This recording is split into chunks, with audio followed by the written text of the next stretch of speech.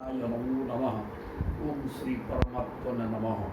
ओम नमो भगवते वासुदेवाय। वर्तमान एकादश स्कंध अध्याय 21 इतरे भक्ति ज्ञान कर्म तीनटा तो साधारण मार्ग तीन मार्ग विषय भगवान उद्धव कहते वर्तमान 29 श्लोक लिखा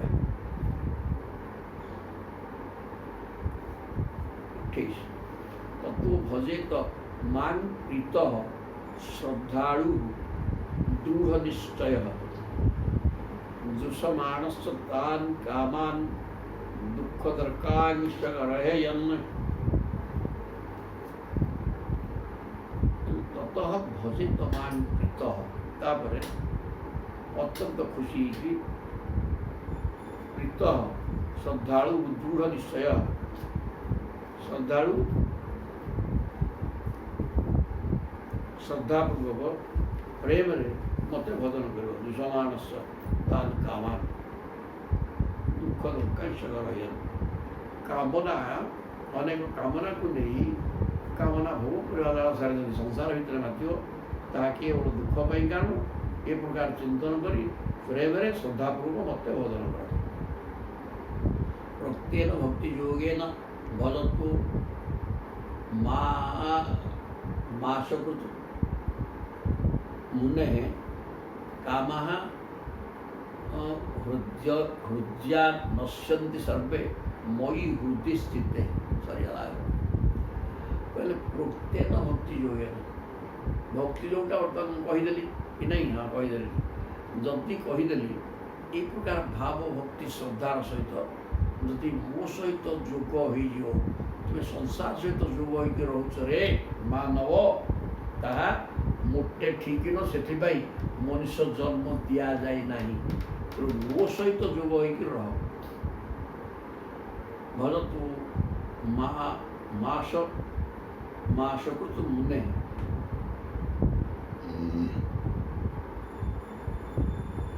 कामः हृदया नश्यन्ति हृदय समस्त कामना नाश हो सर्वे नश्यन्ति मयि हृदय स्थित मुझेतु भाव भक्त मत हृदय धारण कर मत भजन कर फल हृदय समस्त कामना भजन ध्वंस हो भिद्यते हृदय ग्रंथि छिद्यन्ते सर्वसंशयाः क्षीयन्ते चास्य कर्माणि मोयि दृष्टे अभिरात्मनि समग्र विश्व आत्मस्वरूप सबु जीव भितर थिबा मते देखीदेला परे जो व्यक्ति मते देखी दिए समस्त भूत भितर सर्वात्मा थिबा मते फुटी देखी दिए हृदय भितर धन्य विद्यते हृदय ग्रंथि हृदय कामना वासना गंठी पड़ी रही है से गंठी फिटिक उड़ी जाए छिद्यंते सर्वसंशया तार समस्त सन्देह दूर हो जाए संसारटा असत्य अनित्य विनाशशील इधर किसी नहीं त्याज्य बाबद कौन सन्देह रहे ना तो सन्देह सन्देहटा दूर होगले मनुष्य सब ठीक तेना समस्त सन्देहटा दूर हो क्षीयन्ते चास्य कर्माणि एवं तार समस्त कर्म क्षय हो सांसारिक कर्म जोटा बंधन कारक से कर्म से कर क्षय हो मयि दृष्टे अभिलाप मत सर्वात्मा मत दर्शन करदेला निज हृदय भितर तार सब किसी तुटिज एवं मत पाइब तस्मात्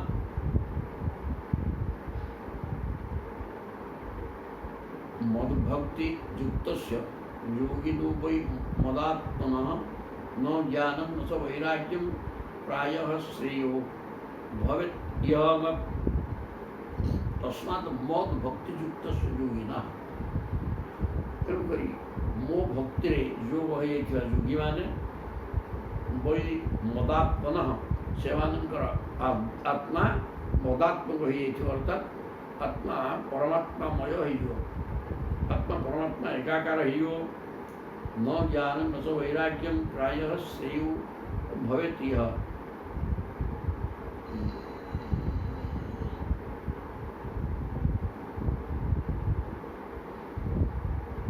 ତେଣୁ ଜ୍ଞାନ କିମ୍ବା ବୈରାଗ୍ୟର ଆବଶ୍ୟକତା ପଡ଼େନି, ପ୍ରାୟ ସେହି ଭକ୍ତି ଦ୍ୱାରା ହିଁ ତାଙ୍କର ଉଦ୍ଧାର ହେଇଯିବ। ଜ୍ଞାନ ବୈରାଗ୍ୟ ତାଙ୍କର ଦରକାର ନାହିଁ, ସେ ଭାବ ଭକ୍ତିରେ ହୃଦୟରେ ଚିନ୍ତା କରି ମୋ ସହିତ ମିଶିବାର ବ୍ୟବସ୍ଥା କରିଦିଅନ୍ତି, ତେଣୁ ସେମାନଙ୍କର କଲ୍ୟାଣ ହେବ। ନ ଜ୍ଞାନଂ ନ च ବୈରାଗ୍ୟଂ ପ୍ରାୟଃ ଶ୍ରେୟୋ ଭବେତ୍ ଇହ। ଭକ୍ତି ଭାବର ସହିତ ମୋ ସହିତ ମିଶିଗଲା ପରେ ଆଉ ଜ୍ଞାନ ବୈରାଗ୍ୟର ଆବଶ୍ୟକତା ଦରକାର ନାହିଁ। ଭଗବାନଙ୍କ ସହିତ ମିଶିବା ତ ଜ୍ଞାନ, ଆଉ ମିଶ ସାରିଲେ ଜ୍ଞାନ କ'ଣ ହେବ? ଆଉ ଭଗବାନଙ୍କ ପାଖରେ ମିଶିଗଲା ମାନେ ସଂସାରକୁ ଛାଡ଼ିକି ଯାଇଛି, ତା ବୈରାଗ୍ୟ ତ ବଳେ ହେଇଗଲାଣି। ତେଣୁ ଜ୍ଞାନ ବୈରାଗ୍ୟ ତ ହେଲେ ଭଗବାନଙ୍କ ସହିତ ମିଶିବ ନା। ତେଣୁ ଭକ୍ତି ଭାବର ସହିତ ଯଦି ଈଶ୍ୱରଙ୍କ ସହିତ ମିଶି ହେଇଗଲା, ଜ୍ଞାନ ବୈରାଗ୍ୟର ଆବଶ୍ୟକତା ଆଉ କ'ଣ କି? କିଛି ଦରକାର ନାହିଁ। ଜ୍ଞାନ ଏବଂ ବୈରାଗ୍ୟ ସଂସାରରୁ ବିରକ୍ତ ହେବ, ସଂସାରକୁ ହଟେଇବ, ଭଗବାନ ମିଳିବେ। ଆଉ ଜ୍ଞାନ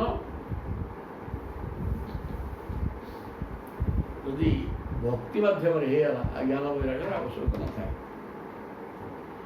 ଯତ୍ କର୍ମଭି ଯତ୍ ତପସା ଜ୍ଞାନ ବୈରାଗ୍ୟତଶ୍ଚ ତତ୍ ଯୋଗେନ ଦାନ ଧର୍ମେଣ ଶ୍ରେୟୋଭି ଇତରିରପି।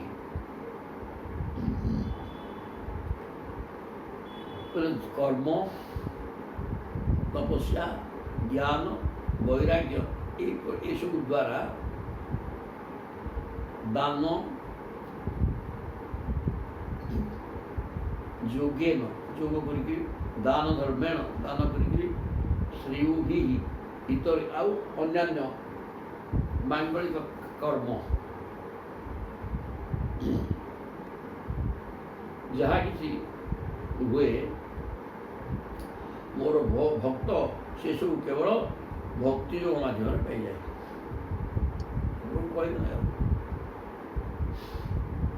ମୋ ସମ୍ପର୍କିତ କର୍ମ କରି, ତପସ୍ୟା କରି, ଜ୍ଞାନ ବୈରାଗ୍ୟ, ଯୋଗ, ଦାନ ଧର୍ମ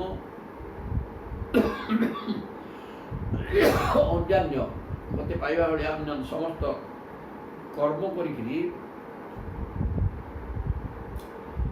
ଭଗବାନ ପାଇବା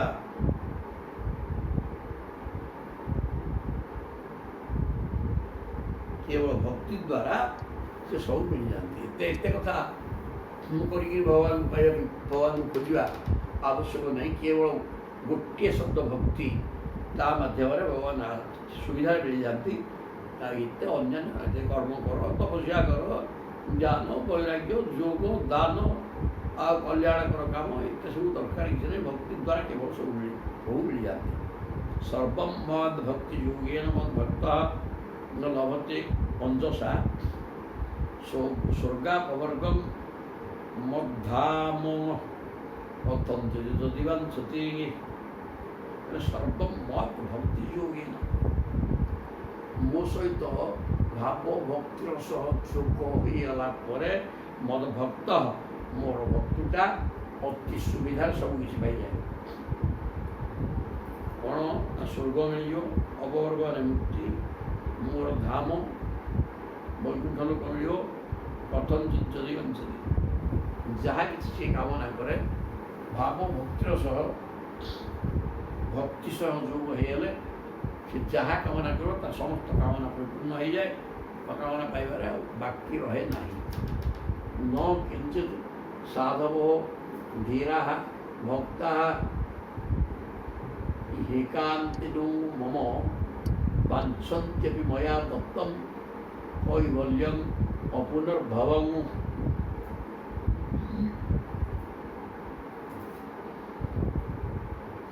ମୋର ଅନନ୍ୟ ପ୍ରେମୀ ଓ ଧୈର୍ଯ୍ୟବାନ ସାଧୁ ଭକ୍ତ ନିଜ ତରଫରୁ କିଛି ଚାହାନ୍ତି ନାହିଁ। ଯିଏ ପ୍ରକୃତରେ ସାଧୁ ଧୈର୍ଯ୍ୟବାନ ମୋର ଭକ୍ତ,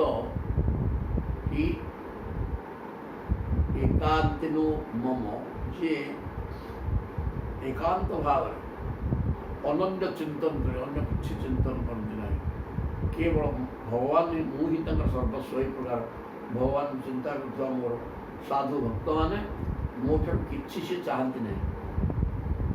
ବାଞ୍ଛନ୍ତ୍ୟପି ମୟା ଦତ୍ତମ୍, କିଛି ଚାହାନ୍ତି ନାହିଁ, ହେଲେ ମୁଁ ଦେଲେ ମଧ୍ୟ ସେ ଜିନିଷ ନେବାକୁ ପ୍ରସ୍ତୁତ ନୁହଁ। କୈବଲ୍ୟମ୍ ଅପୁନର୍ଭବମ୍, ପୁନର୍ବାର ଜନ୍ମ ନ ହେବା କଥା ବି ସେ ଚାହାନ୍ତିନି, ମୁକ୍ତି ବି ଚାହାନ୍ତି ନାହିଁ, ଆଉ ଅନ୍ୟାନ୍ୟ ଜିନିଷ କ'ଣ ହେବା ଚାହିଁବେ, କିଛି ଚାହାନ୍ତି ନାହିଁ। କାରଣ ଯଦି ସଦାସର୍ବଦା ମୁଁ ଈଶ୍ୱର ଚିନ୍ତନ କରିବାରେ ରହିପାରିଲି, ମୋର କୌଣସି ଜିନିଷର ଆବଶ୍ୟକତା ନାହିଁ।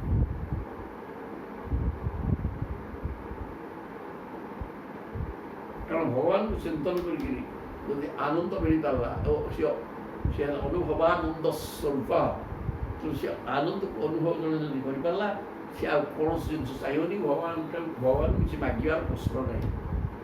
ଏଭଳିଆ ଭକ୍ତର କାମ। ନୈରପେକ୍ଷମ୍ ପରମ ପ୍ରାହୁ ନିଶ୍ରୀୟସ ମନୋଳପକମ୍ ତସ୍ମାନ୍ ନିରାଶିଷୁ ଭକ୍ତି ନିରପେକ୍ଷସ୍ୟ ମେ ଭବେତ୍।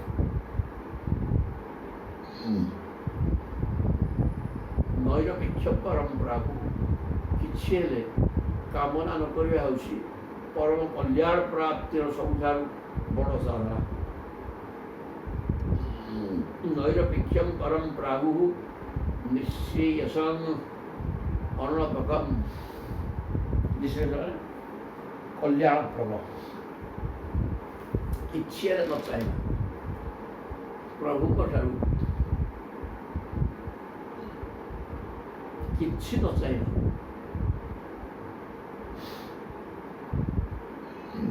ନିରପେକ୍ଷ ରହିବା।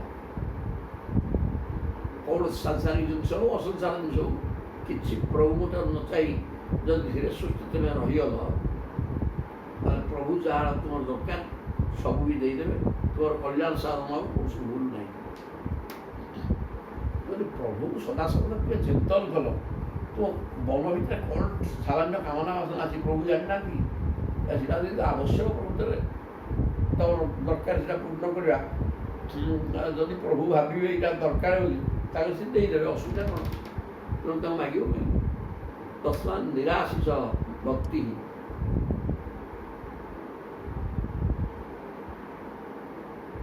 ତସ୍ମାତ୍ ନିରାଶିଷ ଭକ୍ତି, ତେଣୁ କୌଣସି ଆଶା ଆକାଂକ୍ଷା ନ ରଖିରି କେବଳ ଭକ୍ତି କର।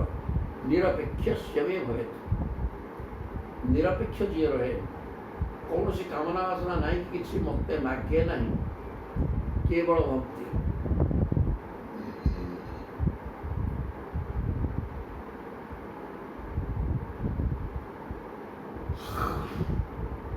ମୁଁ ତ କାହାକୁ ଅପେକ୍ଷା କରି ଚଳୁଛି ନା,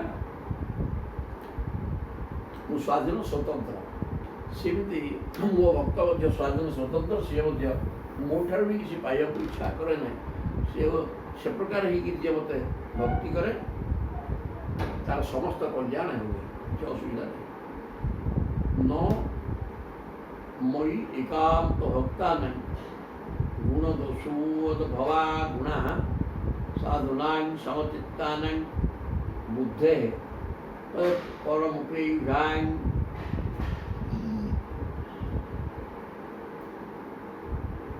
ଯେଉଁମାନେ ବୁଦ୍ଧିର ଅତୀତ ପରମ ତତ୍ତ୍ୱ ଲାଭ କରିସାରିଛନ୍ତି,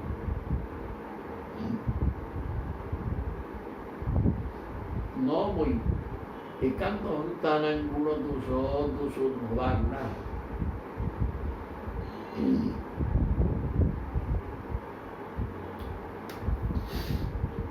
ଯେଉଁମାନେ ବୁଦ୍ଧିର ଅତୀତ ପରମ ତତ୍ତ୍ୱ ଲାଭ କରିପାରିଛନ୍ତି, ମୋର ସେଇ ଅନନ୍ୟ ପ୍ରେମୀ ଭକ୍ତମାନଙ୍କର,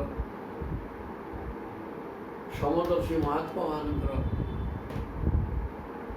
ବିଦ୍ୟାତ୍ମକ କର୍ମ ଦ୍ୱାରା ହେଉଥିବା ପୁଣ୍ୟ ସହିତ କିମ୍ବା ନିଷେଧାତ୍ମକ କର୍ମ ଦ୍ୱାରା ହେଉଥିବା ପାପ ସହିତ କୌଣସି ସମ୍ବନ୍ଧ ନଥାଏ।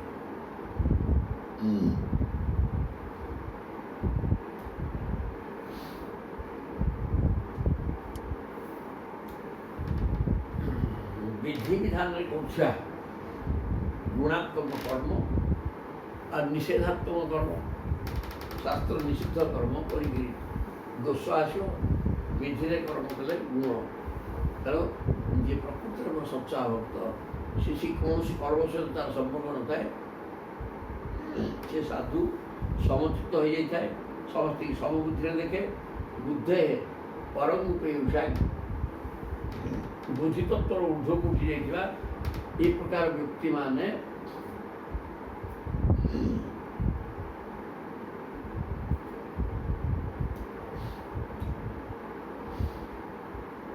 ଗୁଣ ଏବଂ ଦୋଷର ସୃଷ୍ଟି ହେଇଥିବା ଗୁଣ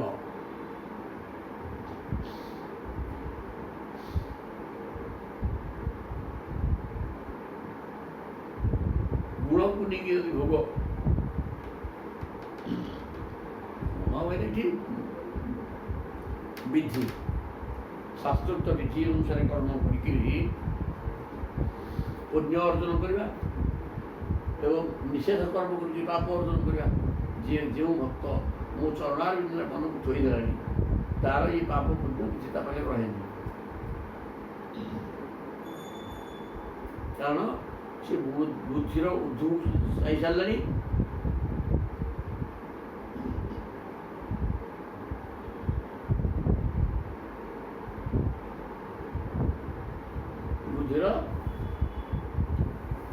ঊর্ধ্বକୁ ଯାଇକରି କିଛି ନ ପାଇକରି କାମ କରେନି ତେଣୁ ତାର କୌଣସି ଆକାଂକ୍ଷା ତାର ନାହିଁ ତେଣୁ ଗୁଣ ଏବଂ ଦୋଷରୁ ସୃଷ୍ଟି ହେଉଥିବା ପାପ ପୁଣ୍ୟ ତାକୁ ସ୍ପର୍ଶ କରେନି ପାପ ପୁଣ୍ୟର ঊର୍ଧ୍ୱକୁ ସେ ପଳାଏ ଏବଂ ଭଗବାନଙ୍କୁ ପାଇଯାଏ ଏବଂ ଏତତ୍ ମୟା ଆଦିଷ୍ଟାନ୍ ଅନୁତିଷ୍ଠନ୍ତି ମେ ପଥଃ କ୍ଷେମଂ ବିନ୍ଦନ୍ତି মত স্থানম যত ব্রহ্ম পরমম বিদুহু এবং এতান ময়া আদিষ্টান এতান ମୋ ଦ୍ୱାରା ଆଦିଷ୍ଟ এই ବାଟ ଦେଇକି ଯେଉଁମାନେ ଗତି କରନ୍ତି ମୁଁ ଗୋଟେ ଜୀବନଚର୍ଯ୍ୟା କ'ଣ କରିବାକୁ କ'ଣ ଆଚରଣ କଲେ ମୁଁ ମିଳିବି ଏ କଥା ମୁଁ ସ୍ପଷ୍ଟ ଭାବରେ କହିଦେଇଛି ତେଣୁ ସେଇ ଆଚରଣ সেই মার্গ দিকে গতি করতে হবে ব্যক্তিটা নিশ্চিত তারা কল্যাণ হব এবং সে ମୋ ସ୍ଥାନକୁ ପଳାଇ ପାରିବ ବୈକୁଣ୍ଠକୁ ଯାଇପାରିବ ପରମ ବ୍ରହ୍ମ ପଦକୁ ପାଇପାରିବ ବୈକୁଣ୍ଠକୁ ଯାଇପାରିବ ସବୁ କିଛି ହେଇପାରିବ ଯିଏ ମୋ ଦ୍ୱାରା ନିର୍ଦ୍ଦେଶ ଦିଆଯାଇଥିବା ବାଟରେ ଚାଲେ ଇତିଶ୍ରୁତ ଭାଗବତ ମହାପୁରାଣ ପାରମହଂସ ସଂହିତାୟ एकादश स्कंधे विंशोऽध्याय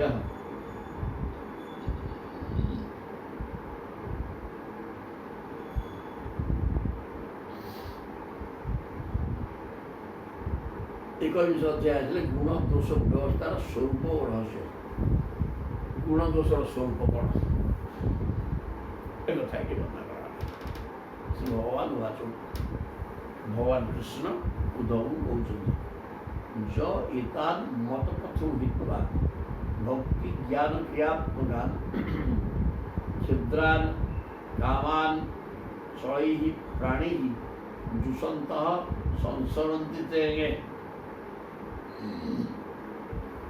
ଯେଉଁ ବ୍ୟକ୍ତିମାନେ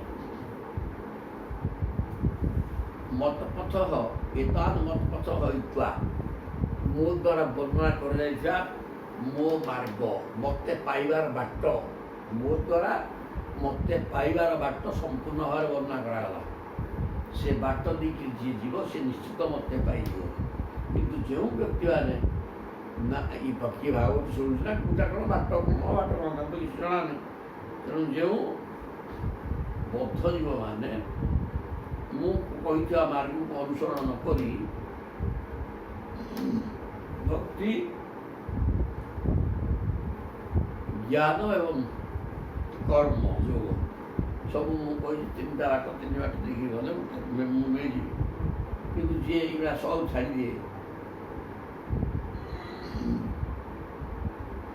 केवल क्षुद्रान कामान चले ही प्राणी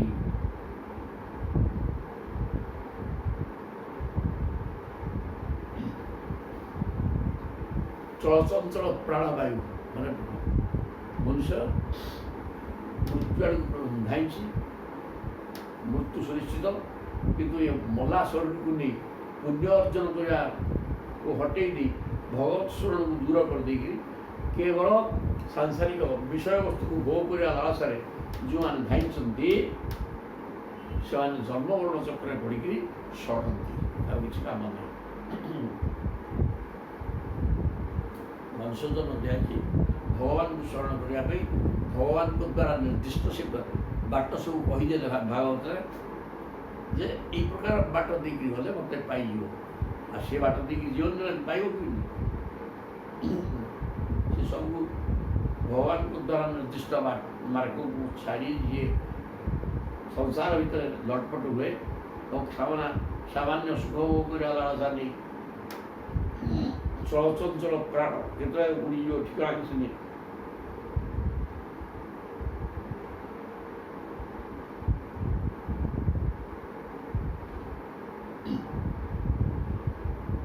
स्वे स्वे अधिकारे जा निष्ठा सगुण परिकीर्तित। तो ये गुण दोषर विचार कर गुण किए से स्वे स्वे अधिकारे जा निष्ठा आमर निर्दिष्ट अधिकार रही कर्म कर तो से कर्म निष्ठापर भाव आम अधिकारभुक्त कर्म आम यदि कले सी है गुण ता ना गुण। विपर्तयस्तु दोष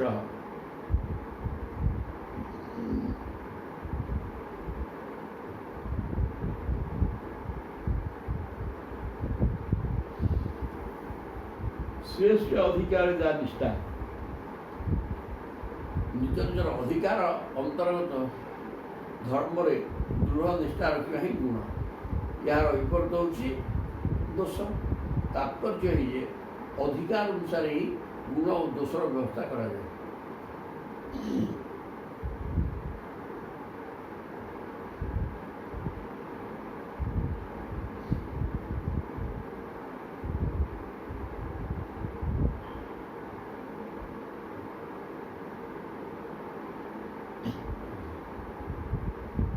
कौन सी वस्तु अनुसार तेणु स्वधर्म पालन करना आवश्यक। स्वधर्म चल वस्तु को लेकिन गुण दोष हुए गुण दोष हम निजर अधिकारभुक्त कर्म माने आमे जो कर्म करवा आमर हक से भाया स्वधर्म यदि कले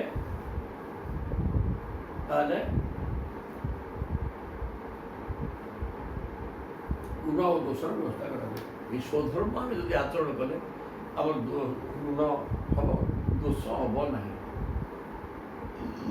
ना गुण दोषर व्यवस्था रही।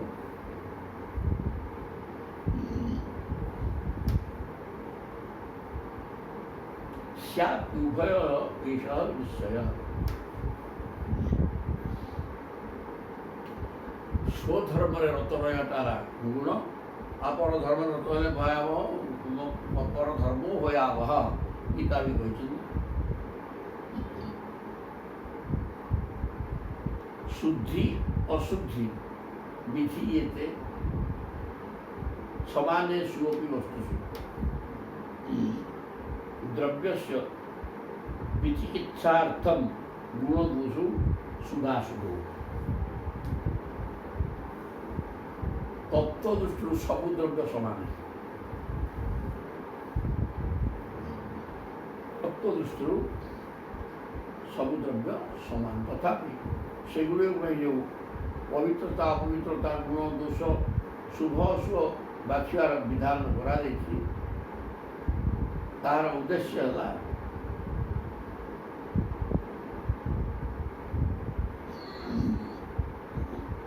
मनुष्यर अनियंत्रित प्रकृति को नियंत्रण करवा।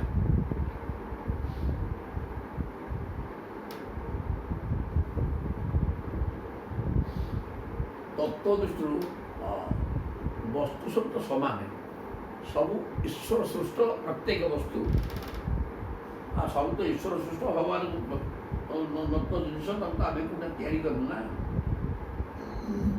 ତେଣୁ କୋଉଥିରେ କିଛି ଦୋଷ ନାହିଁ, ସବୁଗୁଡ଼ା ଠିକ୍। ଶୁଦ୍ଧି ଅଶୁଦ୍ଧି ବିଧି ଏ ତ ସମାନ ସୁବ୍ୟବସ୍ତୁ ଯୋଉ ସବୁ ବସ୍ତୁ ସମାନ, ସବୁ ବସ୍ତୁ ଭଗବାନଙ୍କ ଦ୍ୱାରା ସୃଷ୍ଟ।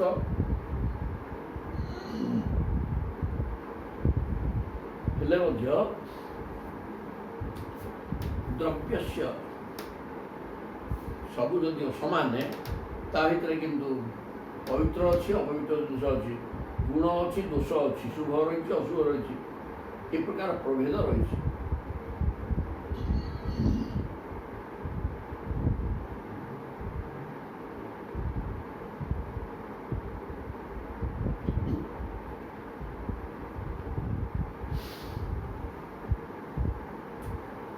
ଏଠି ସବୁ ବସ୍ତୁ ଈଶ୍ୱର ସୃଷ୍ଟ ଏବଂ ସବୁ ସମାନ ହେଇଥିଲେ ମଧ୍ୟ ତା ଦେହରେ ଗୁଣ ଦୋଷ ରହିଛି। କାରଣ କୋଉଥିରେ ପବିତ୍ରତା ଅଛି, କେଉଁ ଜିନିଷରେ ଅପବିତ୍ରତା ଅଛି, କୋଉଥିରେ କିଛି ଗୁଣ ଅଛି, କୋଉଥିରେ ଦୋଷ ଅଛି।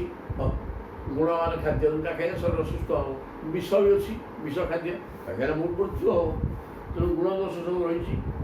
ଆଉ କେଉଁ ଜିନିଷଟା ପବିତ୍ର, କୁଶ ଗୋଟେ ପବିତ୍ର ଜିନିଷ, ସେମିତି ଅନ୍ୟ କୌଣସି ଘାସ ସେଥିରେ ପବିତ୍ରତା ନାହିଁ, ସେ ଗାଈ ଖାଇବ ନା। କିନ୍ତୁ କୁଶ ପବିତ୍ର ଜିନିଷ ଦେବତା କାର୍ଯ୍ୟରେ ଲାଗିବ। ତେଣୁ ଏମିତି ପବିତ୍ର ଅପବିତ୍ର ଗୁଣ ଦୋଷ ସବୁ ଦ୍ରବ୍ୟରେ ରହିଛି, ଯଦି ସବୁ ଦ୍ରବ୍ୟ ସମାନ ଏବେ ଏକ ଭଗବାନଙ୍କ ଦ୍ୱାରା ସୃଷ୍ଟ। କିନ୍ତୁ ଦ୍ରବ୍ୟସ୍ୟ ବିଚିକିତ୍ସାର୍ଥଂ ଗୁଣ ଦୋଷ ଶୁଭାଶୁଭ।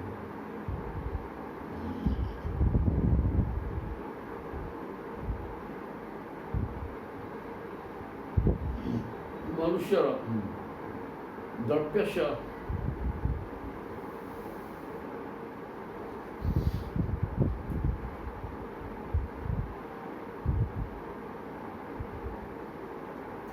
ପ୍ରକୃତି ବା ମନୁଷ୍ୟର ପ୍ରକୃତି ନିୟନ୍ତ୍ରିତ ନୁହେଁ, ବିଶୃଙ୍ଖଳିତ ପ୍ରକୃତି। ତେଣୁ ବିଶୃଙ୍ଖଳିତ ପ୍ରକୃତିକି ଶୃଙ୍ଖଳା କରିବା ପାଇଁ ଆମର ଦ୍ରବ୍ୟ ଏକ ଭଗବାନଙ୍କ ଦ୍ୱାରା ସୃଷ୍ଟ ଏବଂ ସବୁ ଦ୍ରବ୍ୟ ସମାନ, କିଛି ଅସୁବିଧା ନାହିଁ। ହେଲେ ମଧ୍ୟ ତା ଭିତରେ ଗୁଣ ଏବଂ ଦୋଷ ରହିଛି। କେଉଁ ବସ୍ତୁଟା ପବିତ୍ର, କେଉଁଟା ଅପବିତ୍ର, କେଉଁଥିରେ ଗୁଣ ଅଛି, କେଉଁଥିରେ ଦୋଷ ଅଛି, ଏସବୁ ବିଧାନ ନିଶ୍ଚିତ ଭାବରେ ରହିଛି। ତେଣୁ ଏ ଅସନ୍ତତ ପୁରୁଷକୁ ଶୃଙ୍ଖଳିତ କରିବା ପାଇଁ, ନିୟନ୍ତ୍ରିତ କରିବା ପାଇଁ ଏ ବ୍ୟବସ୍ଥା କରାଯାଇଛି।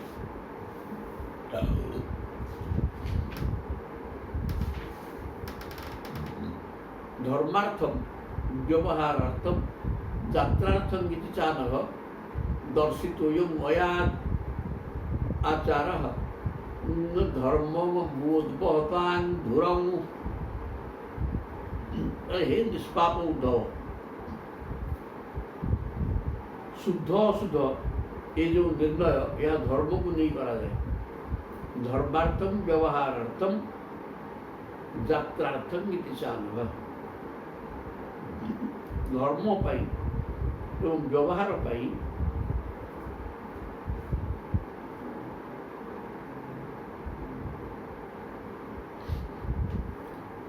शुद्ध अशुद्ध दोष गुण एगुड़ा सब वर्णना कराए। दर्शित मया आचार, ये जो आचार कौन आचरण करिया कह गुण दोष व्यवस्था से कराए। धर्म धर्म एवं व्यवहार पाई गुण दोषर विचार करा जायछि।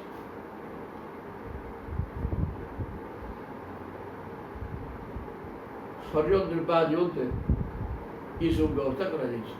धर्मर मर्यादा रक्षा निमंते मुझे यही धर्म संबंधी आचार पालन करने को कही।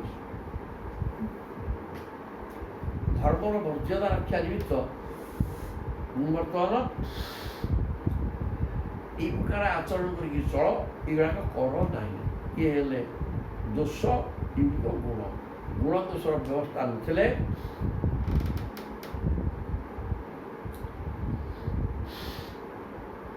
धर्म ହାନି ହେବ। ଗୁଣ ଦୋଷ ଥିବା ହେତୁ ଏଇଗୁଡ଼ିକ ଗୁଣ ଏବଂ ଆଚରଣ କଲେ ଧର୍ମ ହେବ, ଗୁଡ଼ାକ ବିଧର୍ମୀ କାମ। ତେଣୁ ଗୁଣ ଦୋଷର ବିଚାର ବିମର୍ଶ କରାଯାଇଛି ଧର୍ମର ସୁରକ୍ଷା ବ୍ୟବହାର ଜ୍ଞାନ ପାଇଁ।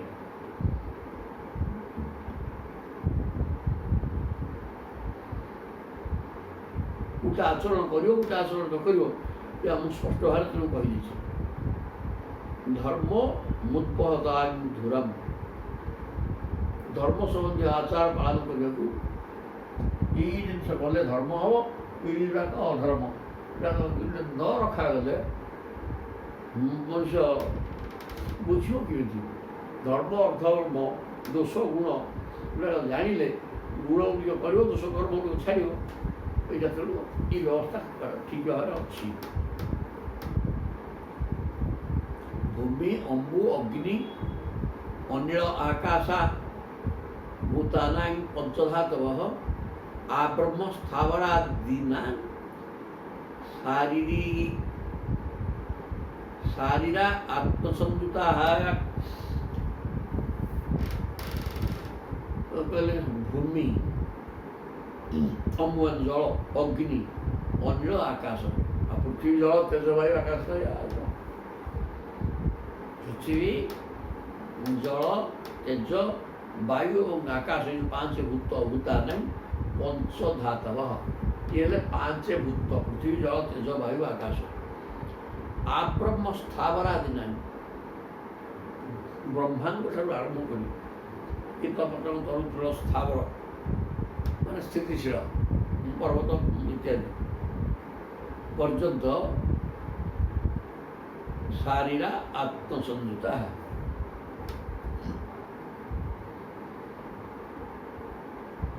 ବ୍ରହ୍ମାଣ୍ଡ ଠାରୁ ଆରମ୍ଭ କରି ସ୍ଥାବର ବୋଇଲେ ଗଛ ମଧ୍ୟ ସ୍ଥାବର, ସକଳ ଜୀବନ୍ତ ଶରୀରର ମୂଳ କାରଣ।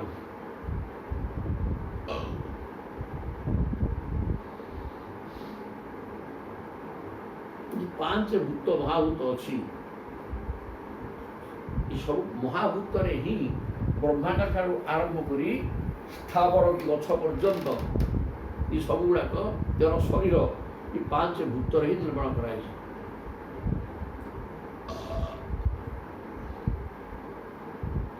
ଆତ୍ମା ମଧ୍ୟ ଏକ, ତେଣୁ ଆତ୍ମା ଦୃଷ୍ଟିରୁ ବି ସମସ୍ତେ ସମାନ।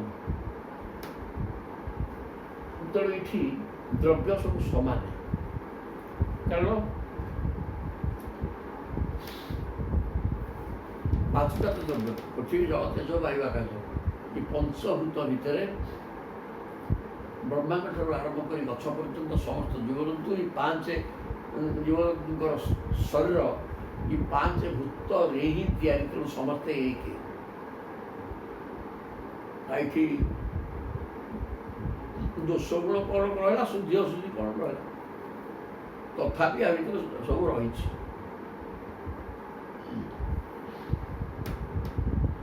ଏବଂ ଯେମିତି ଏଠି ଶରୀର ସମସ୍ତ ଶରୀର ପାଞ୍ଚ ଭୂତରେ ତିଆରି, ସ୍ଥୂଳ ଶରୀରଟା ସମସ୍ତଙ୍କ ସମାନ, ସେମିତି ପ୍ରତ୍ୟେକ ଭିତରେ ଜୀବାତ୍ମା ବି ସମାନ। ପ୍ରତ୍ୟେକ ଭିତରେ ଥିବା ଜୀବାତ୍ମା ବି ସମାନ, ଏକ ଜିନିଷ। ମୋ ଭିତରେ ଜୀବାତ୍ମା ଯେଉଁ ଉପାଦାନରେ ଗଢ଼ା, ଆଉ ଜଣଙ୍କ ଜୀବାତ୍ମା ମଧ୍ୟ ସେଇ ଏକା ଉପାଦାନରେ ଗଢ଼ା। ତେଣୁ ଏତେ ବଡ଼ ବିରାଟ ବିଶ୍ୱ ଯେଉଁଥିରେ 84 ଲକ୍ଷ ବିଭିନ୍ନ ଜାତିର ଜୀବଜନ୍ତୁ ରହିଛନ୍ତି, ଏଇଟା ମାତ୍ର ଦୁଇଟି ଜିନିଷ, ପାଞ୍ଚ ଭୂତରେ ତିଆରି ହେଇଥିବା ଗୋଟେ ଶରୀର, ତା ଦେହରେ ଚୈତନ୍ୟ ଶକ୍ତି ସମ୍ପନ୍ନ ଜୀବାତ୍ମା। ଏ ଯୋଡ଼ିକ ଜିନିଷ ବ୍ୟତୀତ 3 ନମ୍ବର ବସ୍ତୁ ଏଠି କିଛି ନାହିଁ। ସମସ୍ତ ବିଶ୍ୱ 84 ଲକ୍ଷ ଜୀବଜନ୍ତୁରେ ପରିପୂର୍ଣ୍ଣ, ଏ ସବୁଗୁଡ଼ାକ ଗୋଟେ ସ୍ଥୂଳ ଶରୀର ପାଞ୍ଚ ଭୂତରେ ତିଆରି, ଆଉ ଜୀବାତ୍ମା ତା ଭିତରେ ରହିଛନ୍ତି।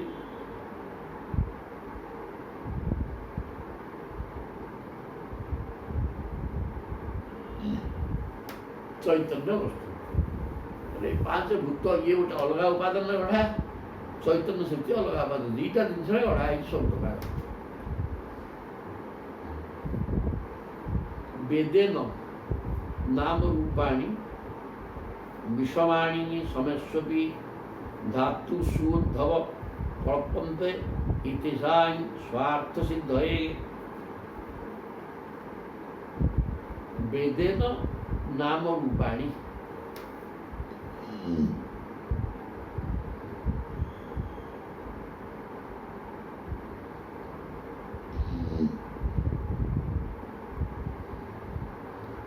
ଯଦିଓ ପାଞ୍ଚ ଭୂତରେ ସମସ୍ତ ଜୀବ ତିଆରି ହେଇଛନ୍ତି କିନ୍ତୁ ସେମାନଙ୍କର ପ୍ରକୃତି ବା କାର୍ଯ୍ୟ ସବୁ ଅଲଗା ଅଲଗା।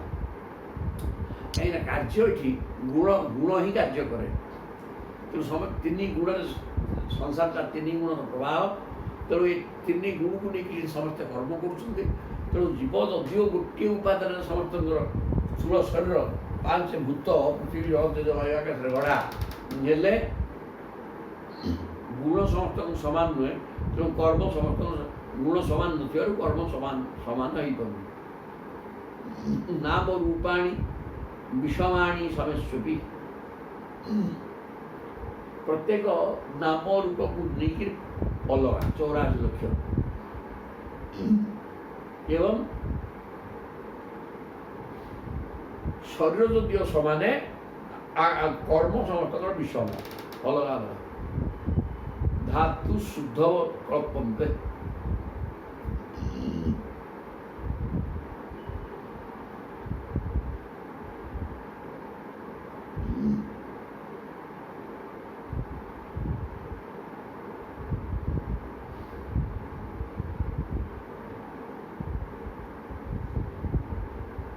धातुषु उद्धव कल्प्यन्ते ये तेषां स्वार्थ सिद्धये।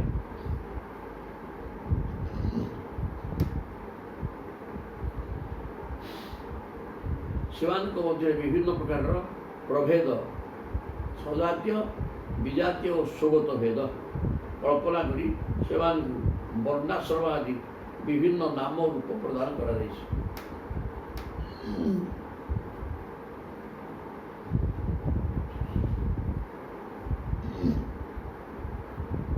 ସ୍ୱଗତ ଭେଦ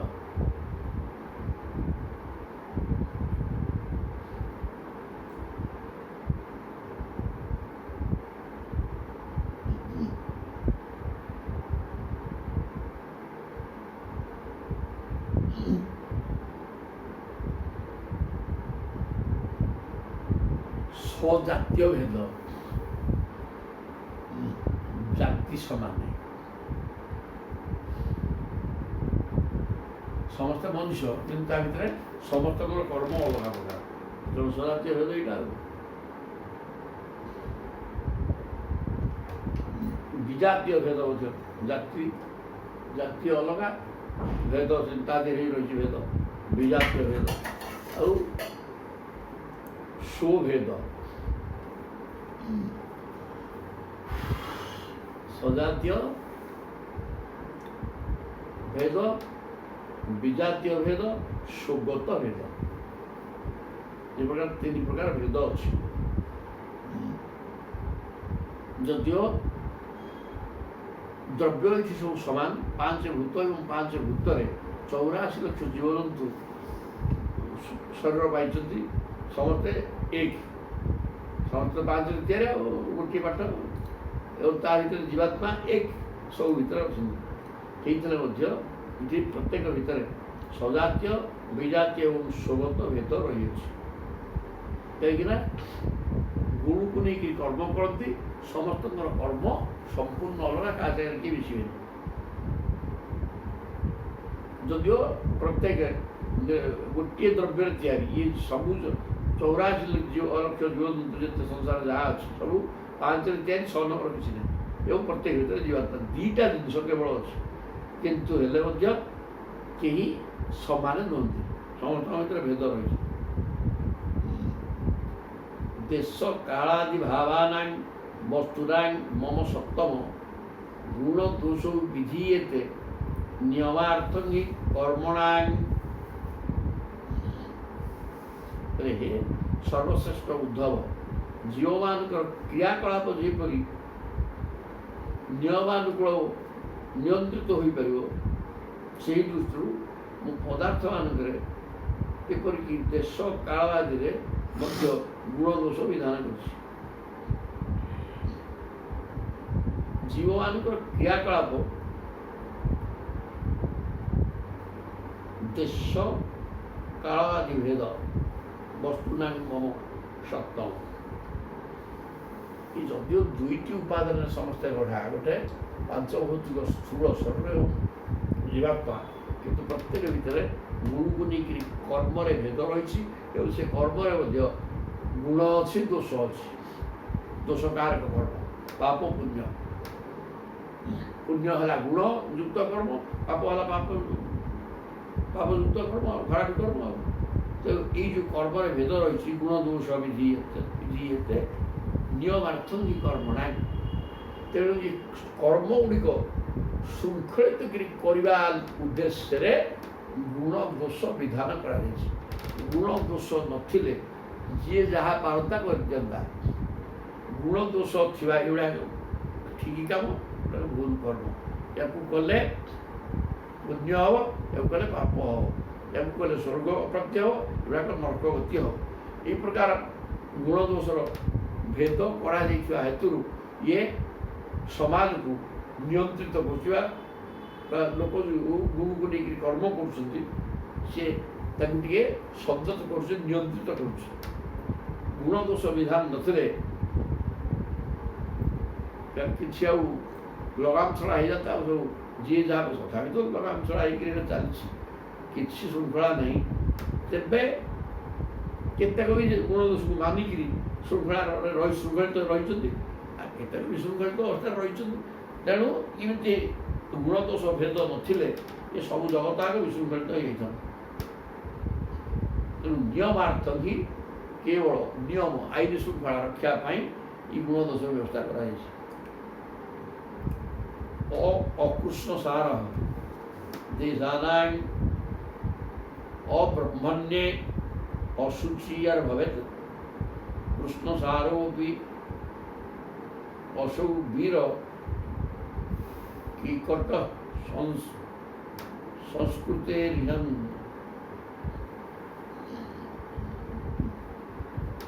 ଯେଉଁ ଦେଶରେ କୃଷ୍ଣସାର ମୃଗ ବ୍ରାହ୍ମଣ ଭକ୍ତ ଥାନ୍ତି, ସେହି ଦେଶ ହେଉଛି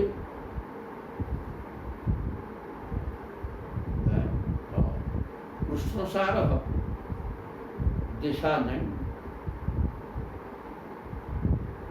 ଅପ୍ରଭଞ୍ଜନା ଅଶୁଚିର ଭବେତ୍। କୃଷ୍ଣସାର ମୃଗ ଯୋଉଠି ନାହାନ୍ତି ଏବଂ ବ୍ରାହ୍ମଣ ଭକ୍ତ ଯୋଉଠି ନାହାନ୍ତି, ସେ ଦେଶ ହେଲା ଅପବିତ୍ର ଦେଶ। ବ୍ରାହ୍ମଣଙ୍କ କଥା ମାନିକି ଚାଲିବାଟା ହିଁ ବ୍ରହ୍ମ ପ୍ରାପ୍ତି ପାଇଁ କାରଣ। ବ୍ରାହ୍ମଣ ମାନେ ଯେ ବ୍ରହ୍ମଜ୍ଞାନୀ। ତେଣୁ ଯେଉଁ ସ୍ଥାନରେ କୃଷ୍ଣସାର ମୃଗ ହିଁ ଭୂମିକି ପବିତ୍ର କରନ୍ତି, ତାହା ଯଜ୍ଞ ପାଇଁ ବା ଦେବତାଙ୍କର ପୂଜା ଉପାସନା କରିବା ପାଇଁ ଉପଯୁକ୍ତ କ୍ଷେତ୍ର ପ୍ରମାଣ ଦିଏ। କୃଷ୍ଣସାର ମୃଗ ବୁଝିବା ଜାଗାରେ।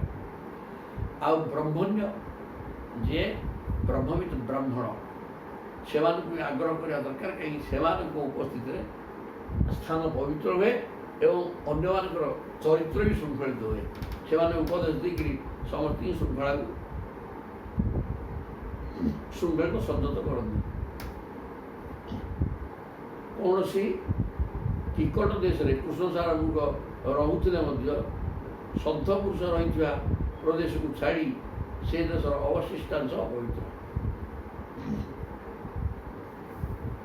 କିନ୍ତୁ କହିଲେ କୃଷ୍ଣସାର ଅପି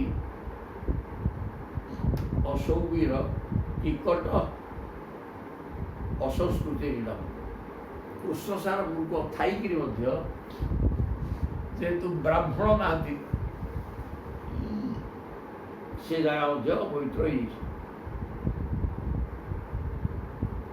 କାରଣ ସଜ୍ଜନମାନେ ନିବାସ କରୁନଥିବା ଭୂମି ତଥା କୁଶଳ ଆଦି ଭୂମି ମଧ୍ୟ ଅପବିତ୍ର। ଯେଉଁଠି ବ୍ରହ୍ମବିତ ବ୍ରାହ୍ମଣ ନାହାନ୍ତି ଏବଂ କୃଷ୍ଣସାର ମୃଗ ନାହିଁ, ସେ ଜାଗା ଅପବିତ୍ର ବୋଲି କହିଲେ ଦୋଷ ଗୁଣ ତ କୁହାଯାଉଛି ବର୍ଣ୍ଣନା ନା, ସେ ଜାଗା ଅପବିତ୍ର।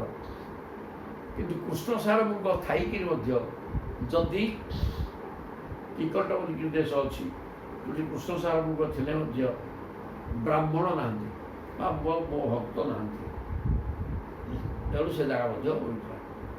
ଏ ଦୁଇଟା ରହିଲେ ଜାଗାର ପବିତ୍ରତା ଅଛି, ନହେଲେ ହେବ ନାହିଁ।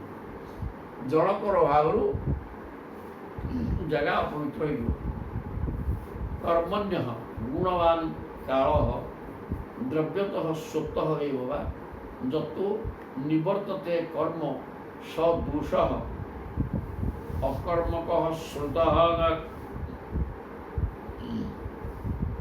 ଯେଉଁ ସମୟରେ ଧର୍ମାନୁଷ୍ଠାନର ଆବଶ୍ୟକ ହୋଇଥିବା ସାମଗ୍ରୀ ମିଳିବା ସୁଲଭ ହୁଏ ତଥା ଧର୍ମାନୁଷ୍ଠାନ କରିବା ମଧ୍ୟ ସମ୍ଭବପର ହୁଏ, ସେହି ସମୟକୁ ପବିତ୍ର ସମୟ କୁହାଯାଏ। ଦେଶ କାଳ ନିଗ୍ରହ ହେବ, ମାନେ ଯେଉଁ ସମୟରେ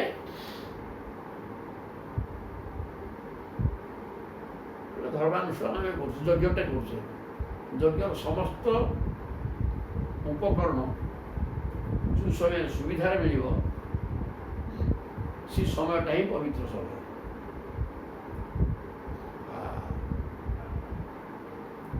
ଏ ବର୍ଷା ଦିନେ କୌଣସି ଭଲ କାମ ହେଉନି, ଘର ପ୍ରତିଷ୍ଠା ଶୁଭ ଦିଆ ବିବାହ ଘର କିଛି ହେଉନି, କାହିଁକି?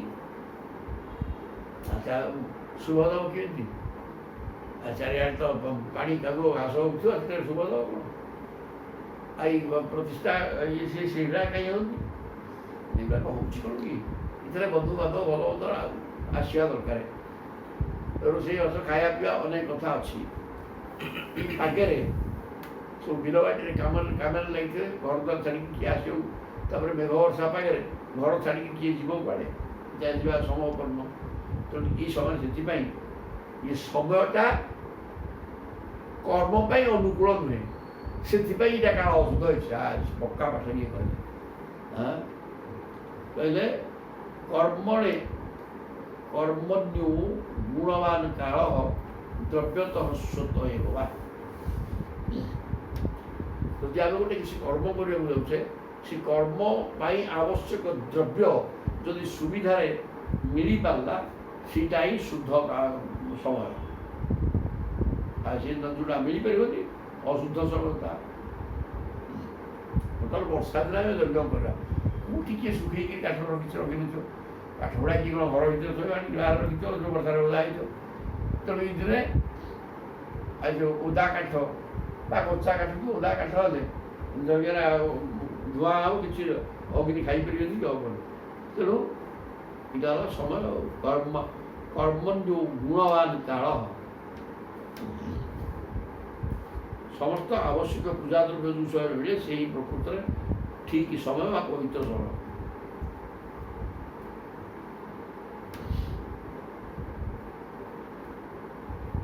ସେହି ସମୟକୁ ପବିତ୍ର ବୋଲି କୁହାଯିବ। ବିପରୀତ ପକ୍ଷେ ଯେଉଁ ସମୟରେ ଆବଶ୍ୟକ ସାମଗ୍ରୀ ମିଳେ ନାହିଁ, ସ୍ୱାଭାବିକ ଦୋଷ କର୍ମ କରି ହୁଏ ନାହିଁ, ତାହା ହେଉଛି ଅଶୁଭ ସମୟ।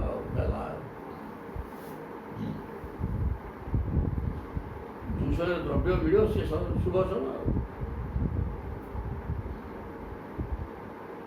ଦ୍ରବ୍ୟ ନ ମିଳିବା ସମୟରେ ଯଦି କୌଣସି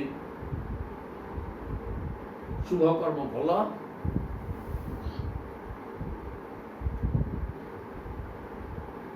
ଆବଶ୍ୟକ ସାମଗ୍ରୀ ମିଳେ ନାହିଁ ଏବଂ ସ୍ୱାଭାବିକ ଦୋଷ ହେତୁ କର୍ମ ବି କରି ହୁଏ ନାହିଁ।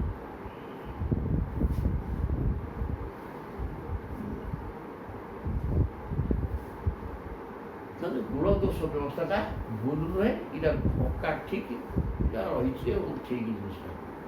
ଦ୍ରବ୍ୟସ୍ୟ ଶୁଦ୍ଧି ଅଶୁଦ୍ଧି ଚ ଦ୍ରବ୍ୟେଣ ବଚନେନ ଚ ସଂସ୍କାରେଣାଥ କାଳେନ ମହତ୍ୱାଳ୍ପତ ଅଳ୍ପତୟା ଅଥବା। ଦ୍ରବ୍ୟର ଶୁଦ୍ଧି ଅଶୁଦ୍ଧି ଅଛି ନା? ହଁ, ତାହେଲେ ଅଶୁଦ୍ଧି ଦ୍ରବ୍ୟ ଅଛି, ସେ ଶୁଦ୍ଧି ହେବ କେମିତି? ସେଟା ବି ଆମକୁ ବତା ନା କହୁଛୁ ଶୁଣ। ଦ୍ରବ୍ୟେଣ ଦ୍ରବ୍ୟ ଶୁଦ୍ଧି ହେବ ଦ୍ରବ୍ୟ ଦ୍ୱାରା। ମାନେ ଆମେ ଅଶୌଚ ହେଉଛି ବିଭିନ୍ନ ସମୟରେ, କିଏ ମରିକିରି ଅଶୌଚ ହେଉଛି, ଜନ୍ମ ହେଲେ ଅଶୌଚ, ଆଉ ନାରୀମାନେ ତ ସଦାବେଳେ ଅଶୁଚି, ମାସେ 4 ଦିନ ସିଏ ଅଶୁଚି। ତେଣୁ ଏ ଅଶୁଚିଟା ପୁଣି ଶୁଚି ହେବ କେମିତି? ନା ଏ ଅଶୁଚି ଗୁଡ଼ାକ କେବଳ ଦ୍ରବ୍ୟ ଅଶୁଚି ହେଲେ ସେଇ ଦ୍ରବ୍ୟ ଦ୍ୱାରା ଶୁଚି ହେବ। ଶୁଦ୍ଧି କେମିତି? ନା ଗାଧେଇ ପଡ଼ିଲେ, ପାଣିରେ ଗାଧେଇ ପଡ଼ିଲେ ଶୁଦ୍ଧ କ'ଣ ହେଉଛି? ଗାଧୁଆ ତ କ'ଣ, ଗାଧୁଆ ଯଦି କରି ଲୁଗାପଟା ଧୋଇକି ଶୁଖେଇ ଦେଲେ ଜଳ ଦ୍ୱାରା ସମସ୍ତେ ଶୁଦ୍ଧ ହେଇଯିବେ, ଅଶୁଦ୍ଧିଟା ଶୁଦ୍ଧି ହେଇଯିବ। ଦ୍ରବ୍ୟେନ ଦ୍ରବ୍ୟରେ ଶୁଦ୍ଧି ହେବ, ବଚନେନ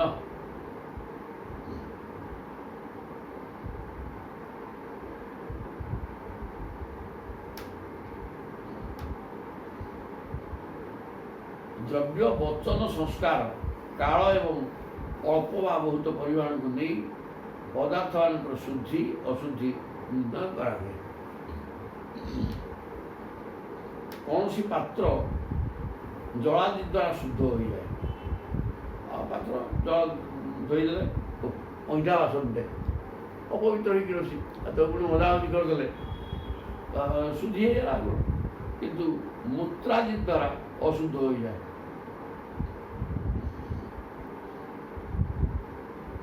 ସେଇ ବାସନଟା ଯଦି ଆମେ ମୂତ୍ରରେ ଧୋଇବା ଆମେ ହବ, କାରଣ ମୂତ୍ର ହେଲା ଅଶୁଦ୍ଧି ଜିନିଷ, ତେଣୁ ମୂତ୍ରରେ ଧୋଇଲେ ତାହା ଶୁଦ୍ଧି ହେଇପାରିବ ନାହିଁ। କୌଣସି ବସ୍ତୁ ଶୁଦ୍ଧ ବା ଅଶୁଦ୍ଧ ବୋଲି ସନ୍ଦେହ ହେଲେ ଗୋଟେ ସନ୍ଦେହ ହବ, ତେଣୁ ସେ ସନ୍ଦେହ ଦୂର ହବ କେମିତି? ନା ବ୍ରାହ୍ମଣ ବଚନ ଦ୍ୱାରା ଶୁଦ୍ଧ ବଳେ ଶୁଦ୍ଧି ହେଇଯିବ। କାରଣ ସିଏ ଶୁଦ୍ଧ ଅଶୁଦ୍ଧ ବିଦ୍ୟା ତା ପାଖରେ ଅଛି, ତେଣୁ ସିଏ ବତେଇଦେବ, ବ୍ରାହ୍ମଣ କଥାରେ ଶୁଦ୍ଧି ହେଇଯିବ। ସିଏ ଯାହା ବତେଇବ ଏମିତି କଲେ ହେଇଯିବ, ଆଉ ସେ ପ୍ରକାର କଲେ ହେଇଯିବ। ଆଉ କେତେକ ଦ୍ରବ୍ୟ ଦ୍ୱାରା ଶୁଦ୍ଧି ହୁଏ, ମାନେ ପାଣିରେ ଧୋଇଦେଲେ ଅନେକ ଶୁଦ୍ଧି ହେଇଯାଉଛି। ବାକି ଆମେ ଜାଣିନଥିବା ବିଷୟ ବ୍ରାହ୍ମଣ ପାଖରେ ଅଛି, ତେଣୁ ବ୍ରାହ୍ମଣକୁ ପଚାରିକି ମଧ୍ୟ ଆମେ ଶୁଦ୍ଧି ହେଇପାରିବା। ସଂସ୍କାରେଣ ଅଥ କାଳେନ, ସଂସ୍କାର ଦ୍ୱାରା ଶୁଦ୍ଧି ହେଉଛି କେମିତି? ବ୍ରାହ୍ମଣ କ୍ଷତ୍ରିୟ ବୈଶ୍ୟ ଏମାନେ ଜନ୍ମନା ଯାଏତେ ଶୂଦ୍ର, ଶୂଦ୍ର ମାନେ ଅଶୁଚି ଅବସ୍ଥାରେ ରହିଲେ, କିନ୍ତୁ ଜନ୍ମନା ଯାଏତେ ଶୂଦ୍ର ସଂସ୍କାରାତ୍ ଦ୍ୱିଜ, ଯେତେବେଳେ ସଂସ୍କାର ହେଇଗଲା ସେତେବେଳେ ସିଏ ଆଉ ପାହାଚ ବଢ଼ିଗଲା ଏବଂ ସେ ଶୁଦ୍ଧି ହେଇଗଲା। ସଂସ୍କାର ଦ୍ୱାରା ମାନେ ସଂସ୍କାର ହୋଇଲେ ବୈଦିକ କର୍ମକାଣ୍ଡ ମାଧ୍ୟମରେ ଶୁଦ୍ଧି ମଧ୍ୟ ସିଏ ହେଉଛି ସଂସ୍କାରେଣ। ଗୁରୁଙ୍କଠୁ ଦୀକ୍ଷା ନେବା ସିଏ ଗୋଟେ ସଂସ୍କାର, ଉପନୟନ ସଂସ୍କାର, ବିବାହ ଗୋଟେ ସଂସ୍କାର, ଏଗୁଡ଼ାକ ଶରୀର ଶୁଦ୍ଧି ପାଇଁ ଆବଶ୍ୟକ। ତେଣୁ ଏଇ ସଂସ୍କାର ଗୁଡ଼ାକ ହେଲେ ତା ଛାଏଁ ଦୋଷ କଟିଗଲା, ଶରୀର ଶୁଦ୍ଧି ହେଇଗଲା। କାଳେନ ମହତ୍ତ୍ୱାତ୍ମତୟା ଅଥବା, ସମୟ ମଧ୍ୟ ଶୁଦ୍ଧି କରିଦିଏ।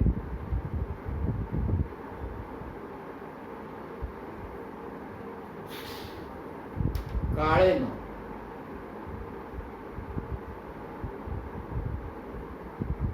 ଫୁଲରେ ଜଳ ଛିଞ୍ଚିଦେଲେ ତାହା ଶୁଦ୍ଧ ହୋଇଯାଏ, ଏବଂ ଫୁଲକୁ ଶୁଙ୍ଘିଦେଲେ ଅଶୁଦ୍ଧ ହୋଇଯାଏ।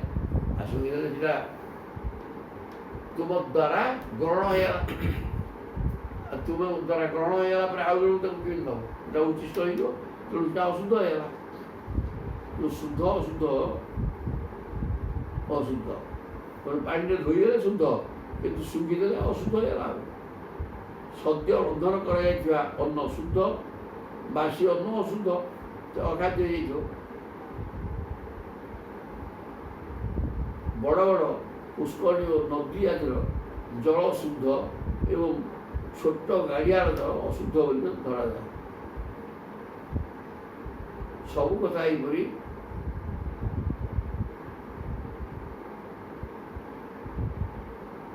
ସବୁ ଏଇ ପ୍ରକାର ସବୁ ଜିନିଷ ବୁଝିବାକୁ ହବ। କାହା ଦ୍ୱାରା ଶୁଦ୍ଧି ହେବ, କାହା ଦ୍ୱାରା ଅଶୁଦ୍ଧି ହେବ। ଶୁଦ୍ଧି ଅଶୁଦ୍ଧି ଜିନିଷଟା ଅଛି, ଦୋଷ ଗୁଣ ବି ଅଛି, କିନ୍ତୁ ଦ୍ରବ୍ୟ କାହାକୁ ନେଇକି ଶୁଦ୍ଧି ହେବ ଅଶୁଦ୍ଧି ହେବ ଏସବୁ ବିଧିବିଧାନ ରହିଛି ଏବଂ ଏହାର ଆବଶ୍ୟକତା ମଧ୍ୟ ଅଛି, ନହେଲେ ସଂସାର ଚଳିବନି। ଶକ୍ତ୍ୟାଥବା ବୁଦ୍ଧ୍ୟା ସମୃଦ୍ଧ୍ୟା ଯଦାତ୍ମନେ ଅଘମ୍ କୁର୍ବନ୍ତି ଯଥା ଦେଶାବସ୍ଥାनुସାରତଃ। ସାମର୍ଥ୍ୟ ଅସାମର୍ଥ୍ୟ ବୁଦ୍ଧି ଓ ବୈଭବ ଅନୁସାରେ ବି ପବିତ୍ରତା ଓ ଅପବିତ୍ରତାର ବ୍ୟବସ୍ଥା କରାଯାଏ।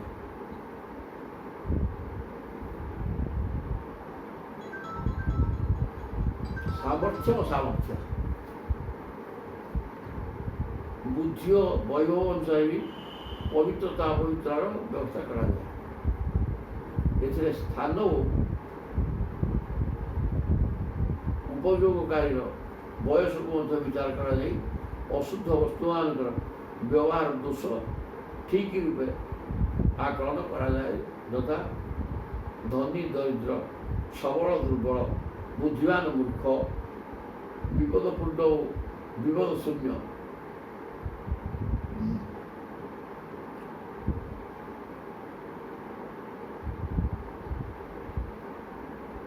ବୃଦ୍ଧାବସ୍ଥା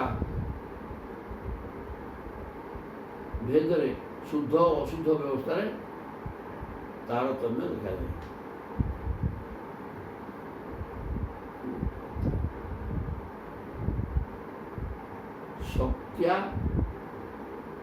ଶକ୍ତ୍ୟାଥବା ବୁଦ୍ଧ୍ୟା ସମୃଦ୍ଧ୍ୟା ଦଦାତ୍ମନେ ଅଘଂ କୁର୍ବନ୍ତି ଯଥା ଦେଶାବସ୍ଥାନୁସାରତଃ। ଶକ୍ତି ଓ ଅଶକ୍ତିକି ନେଇକିରି ଶୁଦ୍ଧାଶୁଦ୍ଧ ଆମେ ଝାଡ଼ା ପାଇଖାନାରେ ବସିଲେ ପରିଷ୍କାର ହେତୁ ସବୁ ନେଲେ ଆମେ ଶୁଦ୍ଧି ହେବୁ, କିନ୍ତୁ ପିଲାଟେ ଶୁଦ୍ଧି ମଣିଷଟି ହଗିଯାଉଛି, କୁଆ ବାଟିରେ ବୁଲୁଛି, ଆଜି ଜାଣିପାରୁନି କିଛି ରହିତ ରହିଛି, ହଗିଛି ପିନ୍ଧିଛନ୍ତି, ସେ ପିନ୍ଧିଛ ତା ଭିତରେ ହଗିଯାଇଥିବ, ସିଏ ଘଣ୍ଟେ ତା ଭିତରେ ରହିଲାଣି, କିନ୍ତୁ ସିଏ ହେଲେ ମଧ୍ୟ ତାକୁ ଅଶୁଦ୍ଧ ଧରାଯିବ ନାହିଁ। କାହିଁକିନା ସିଏ ଜାଣୁଛି ଭଲ ମନ୍ଦ କ'ଣ। ଝାଡ଼ା ଆମେ ବୟସ୍କ ଲୋକ ହେଇଗଲା ପରେ, ଜ୍ଞାନ ଆସିଗଲା ପରେ ଜଣେ ହଟିଲେ ତାକୁ ବୁଲିବନି ସେମିତି, କିନ୍ତୁ ସେଇଟା ଟିକେ ପିଲାଙ୍କୁ ବି ଅଛି। ତେଣୁ ଶକ୍ତି ସାମର୍ଥ୍ୟ ବା ପିଲା ଯାହା କରିଚାଲିଛନ୍ତି ବା ବୟସ୍କ ଲୋକ ହଉ, କିନ୍ତୁ ଯେତେବେଳେ ଗୋଡ଼ ହାତ ରହିଯିବ ଯେ ହଗି ପକାଇଲାଣି, ତାକୁ କିଛି କ'ଣଟେ କରିବା, ତ ଉଠି ପାରୁନି, ଯେଉଁଠି ସେଠି ବସିଛି ହଗିଦେବ।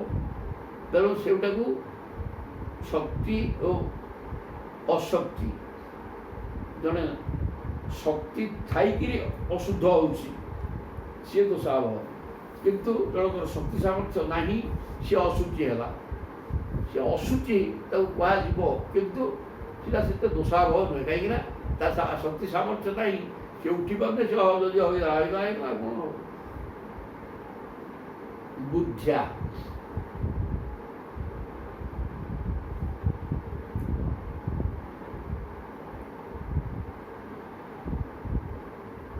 ବୁଦ୍ଧି ସାମର୍ଥ୍ୟ ଅସାମର୍ଥ୍ୟ ବୁଦ୍ଧି ଓ ବୈଭବ ଅନୁସାରେ ବି ପବିତ୍ରତା ଅପବିତ୍ରର ବ୍ୟବସ୍ଥା ହୋଇଥାଏ। ଆଉ ବୁଦ୍ଧି ତ ସବୁର ମାଲିକ, ବୁଦ୍ଧି ଖର୍ଚ୍ଚ କରିକିରି ପବିତ୍ର ହାତ ଅଇଠା ଖାଇଛି, କାନରେ କୋଉଠି ଗଙ୍ଗା ଆସୁନି, ଟିକେ ହାତ ଆଣିଲେ ଏଠି ବୁଦ୍ଧି ଖର୍ଚ୍ଚ କରିକିରି ଶାସ୍ତ୍ର ସିଏ ବୁଝିଛି, ତେଣୁ ପାଣି ତାର ଦରକାର ନାହିଁ, ମୁଁ ପବିତ୍ର କରିଦେଲି, କାନରେ ଥିଲା ଗଙ୍ଗା, କିନ୍ତୁ ଗୋଟେ ଅଛି। ତେଣୁ ବୁଦ୍ଧି ଦ୍ୱାରା ମଧ୍ୟ ପବିତ୍ର ହେଇପାରିବ। ବୈଭବ ଅନୁସାରେ ବୈଭବ ଧନ ସମ୍ପତ୍ତିକି ନେଇକି ମଧ୍ୟ ଲୋକ ଶୁଦ୍ଧ ଅଶୁଦ୍ଧ ପବିତ୍ର ଅପବିତ୍ର ହବ।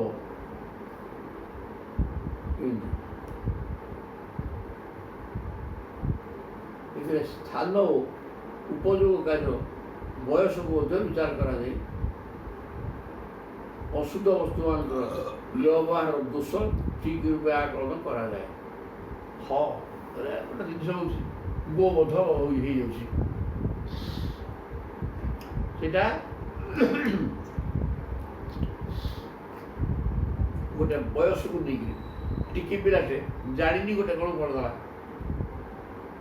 ସେ ଅପରାଧ ହେଇଥିଲେ ମଧ୍ୟ କ୍ଷମଣୀୟ ହେଇଯିବ। କିନ୍ତୁ ଜଣେ ବୟସ୍କ ଲୋକ ସବୁ ବୁଝିକିରି ଯଦି ଅପରାଧ କଲା, ସେ ଅପରାଧ ବଜ୍ର ନେବ, ସେ ଆଉ ତାକୁ ଛାଡ଼ିବାର କାରଣ ନାହିଁ। କାହିଁକିନା ଆଉ ସେ ଜାଣି ଶୁଣିକିରି ଗଲା। ତେଣୁ ଏଇ ପ୍ରକାର ଅନେକ ଜିନିଷ ମଧ୍ୟ ୟା ଭିତରେ ବିଚାର କରିବାର ବିଷୟ ରହିଛି।